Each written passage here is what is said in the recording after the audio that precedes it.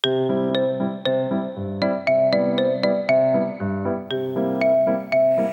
语文千万字，逐工要甲大家做伙来拜一日。咱拢知讲台语毋是干那有古早的词捡倒转来，嘛会对着新时代有一寡新的名词。像讲即马大家赛车拢会用 GPS 导航来串路。今仔日要甲大家小解这一日就是航，好航航第5条。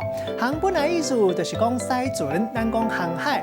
另外，甲船有关系道具或者是相关的产品，咱讲是航具。落尾若是驶船，像讲飞行机伫咧飞，咱嘛讲航。像咱讲航空，航空嘛当讲是用飞行机架批架物件过海的方式。另外，飞行机起飞降落的时间，咱讲航班，嘛有人讲航邦。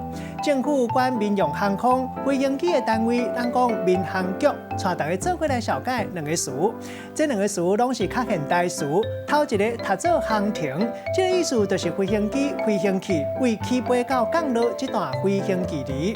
第二个词就是导航，会当讲是现代用一款机器，会当带路为一个地点出发，去到想要去的所在，咱嘛会当讲是带路机啊。用一句话来举例，甲这两个词夹做伙。